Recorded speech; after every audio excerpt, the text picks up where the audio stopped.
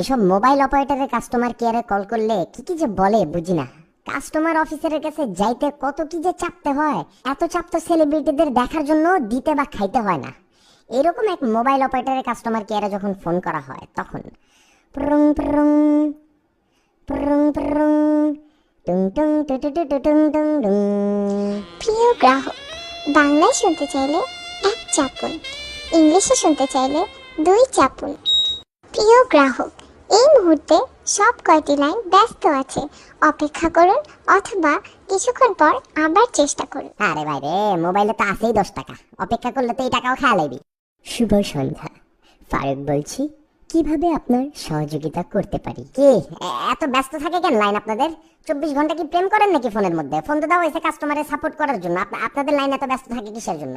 4 বছর ধরে প্রেম করে আমার তো লাইন এত ব্যস্ত থাকে না, আপনাদের এত প্রীতি কি ফোনের মধ্যে? সরি স্যার, বুঝতে পারলাম না। 2 ঘন্টা ধরে ট্রাই করতেছি, 2 ঘন্টা যদি লাগে হেল্পলাইনে ঢুকতে, কিসের জন্য হেল্প চাইতে ফোন দিছি এটাও তো ভুলে গেছি। দুঃখিত স্যার, আমাদের কল প্রেশার একটু বেশি থাকে, তাই এই প্রবলেমটি হচ্ছে। তো এত বাজে সার্ভিস দেন কেন তাইলে যে সবাই ঘন ঘন ফোন দিবে আপনাদের? স্যার আমি আন্তরিকভাবে দুঃখিত আপনাকে এতক্ষণ অপেক্ষা করানোর জন্য। আপনার প্রবলেমটা কি জানতে পারি?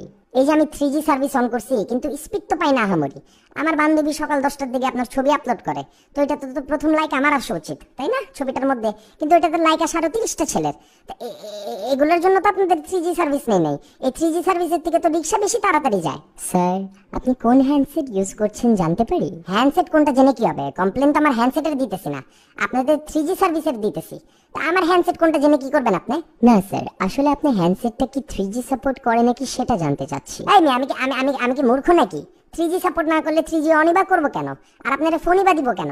পাকাইতে চাইলে তো গার্লফ্রেন্ডে ফোন দিতাম, এখন তো দেখি আপনি আমার গার্লফ্রেন্ডের থেকেও বেশি কথা বলেন। আচ্ছা স্যার, আপনার লোকেশনটা কোথায়? বেলি রোড। একটু অপেক্ষা করেন স্যার, আমি চেক করছি। ধন্যবাদ স্যার অপেক্ষা করার জন্য এবং আমাদের সঙ্গে থাকার জন্য। বেলি রোড এরিয়াতে স্যার আমাদের টাওয়ারের একটু কাজ চলছে, তাই আপনাকে একটু প্রবলেম ফেস করতে হচ্ছে। এটার জন্য আন্তরিকভাবে দুঃখিত। আশা করছি কালকের মধ্যে আপনার এই সমস্যাটা ঠিক হয়ে যাবে। তাই না? আর কি কোনোভাবে সহযোগিতা করতে পারি আপনার? আমি দেখতে পাচ্ছি স্যার আপনার কোনো এফএনএফ অ্যাড করা নেই। আপনি কি এই সার্ভিসটা গ্রহণ করতে চাচ্ছেন? এফএনএফ নাই দেখতে পারতেছেন, আর ব্যালেন্সও তো নাই, এটা চোখে পড়ে না? না, যেটা দরকার সেটা তো দিবেন না, আর যেটা দরকার নেই ওইটার কথা বলে শুধু শুধু আমার সময় টাকা নষ্ট করতেছেন। হেল্প চাইতেও দেখি টাকা লাগে। পৃথিবীর তার কোথাও এই সিস্টেম নাই যে হেল্পলাইনে ফোন করলে টাকা কাটবে। এত টাকা দিয়ে করবেন কি? বাড়ি করবেন নাকি 10টা? স্যার আসলে টাকাটা তো আমি কাটি না, এটা তো স্যার আমাদের পলিসির মধ্যে আছে। টাকাটা তো আপনারাই কাটেন, হেল্প তো করেন না, খালি গল্প করেন। আমার টাকা দিয়ে আমার সাথেই গল্প করেন। যাই হোক রাখি, অনেক পেছাল পারছেন।